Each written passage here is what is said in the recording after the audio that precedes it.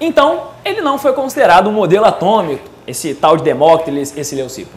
Porém, eles foram a base para que a gente conseguisse propor a ideia dos novos modelos atômicos. Perfeito?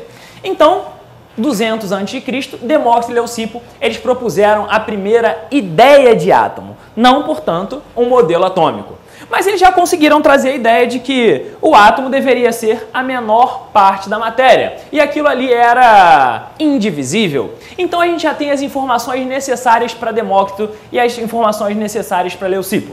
Tanta coisa aconteceu depois dele, olha só, inclusive Cristo nasceu, olha só que bonitinho. Nasceu e depois dele, eis que surge um cara chamado Dalton. 1808 é o ano, né? Para vocês terem uma ideia, aproximadamente 2000 anos depois, olha só que coisa louca. Para que alguém consiga surgir na humanidade com uma base científica para explicar o modelo atômico. Então, galera, nesse momento, eu quero que vocês prestem atenção aqui, pois, nesse momento, a gente vai falar sobre um tal de Dalton. Esse cara chamado de Dalton, né? Ele vem propor pra gente o primeiro modelo atômico. E, rapaziada, deixa eu explicar uma coisa para vocês. Quando você propõe um modelo, você precisa ter alguns postulados em relação a esse modelo. São coisas que dizem como é aquilo que você observou. Então, Dalton, agora sim com um experimento, né? Agora sim com informações científicas sobre esse processo, o Dalton consegue propor o que era a ideia de átomo para ele.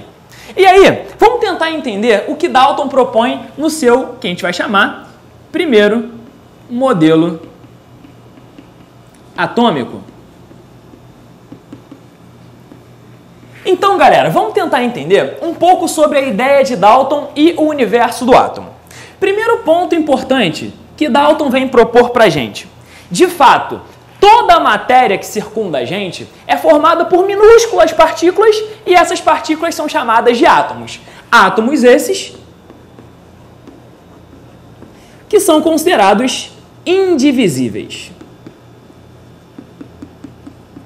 Vamos falar um pouquinho mais sobre essa ideia, esse postulado de Dalton.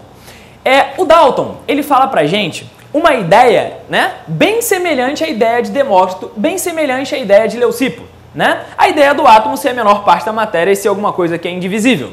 Só que agora Dalton consegue propor isso experimentalmente. Então, por isso foi considerado o modelo atômico. Então, o Dalton, né, ele propõe pra gente que o átomo, ele era uma esfera maciça, ou seja, totalmente preenchida, perfeito? Ela era indivisível, indestrutível, eletricamente neutra, ela era totalmente robusta, enfim. Qual foi o grande lance de Dalton? Dalton propõe pra gente que o átomo é algo esférico, maciço, indivisível, indestrutível e eletricamente neutro. Essas informações são até informações semelhantes às informações de Demócrito e Leucipo. Porém, agora sim, com informações que trouxeram pra gente dados experimentais. Então, a primeira ideia de Dalton foi uma ideia absurdamente legal. Então, aí ele propõe o segundo postulado do seu modelo atômico. Eis que surge Dalton falando o seguinte. Existem uma quantidade pequena de átomos de elementos químicos diferentes. Ou seja, a quantidade de elementos químicos que existem são pequenas. E os elementos diferentes apresentam massa, tamanho e propriedades diferentes. Elementos iguais, átomos de um mesmo elemento, apresentam massa, tamanho, né, propriedades iguais. Isso faz um pouco de sentido, né? Átomos de elementos iguais, massa, tamanho e propriedade igual. Átomos de elementos diferentes apresentam massas e tamanhos e propriedades diferentes. Essa ideia parece boba, só que ela trouxe um grande avanço. Antes de Dalton, quais eram os elementos que surgiam? Terra, fogo, ar e água. Agora já surge pra gente a ideia de que a gente tem o quê? A gente tem o elemento cloro, o elemento hidrogênio, a gente tem o elemento oxigênio. Então surge agora a ideia dos elementos que hoje a gente trabalha. Então, vamos lá. Átomos de elementos iguais, tamanho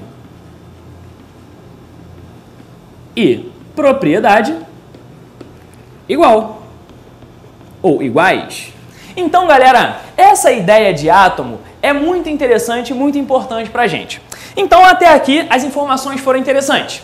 Eis que surge uma nova ideia, um novo postulado para esse modelo de Dalton. Ele conta o seguinte para a gente.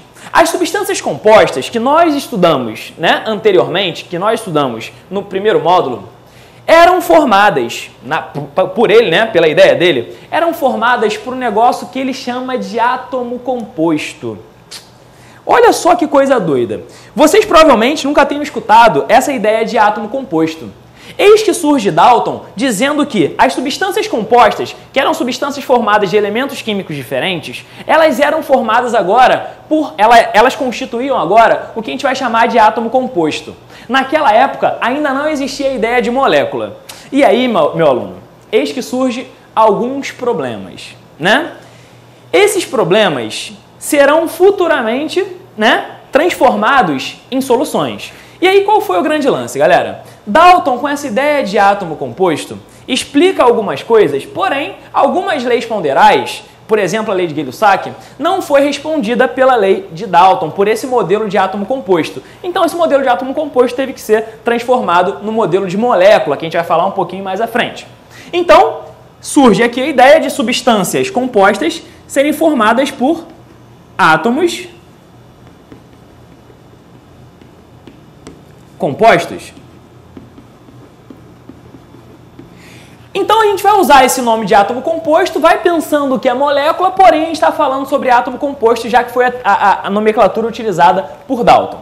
Então esses tais de átomos compostos propostos por Dalton, eles, na opinião deles, eram sempre formados em proporções pequenas inteiras. Por exemplo, ou existia proporção entre átomos de 1 para 1, ou proporção entre átomos de 1 para 2, de 2 para 3, sempre em números pequenos. Na época, não era plausível para eles achar, por exemplo, que existia um tal de C8H18. Olha só que coisa louca. Uma proporção de números completamente muito grandes, né? E aí, qual foi o grande lance?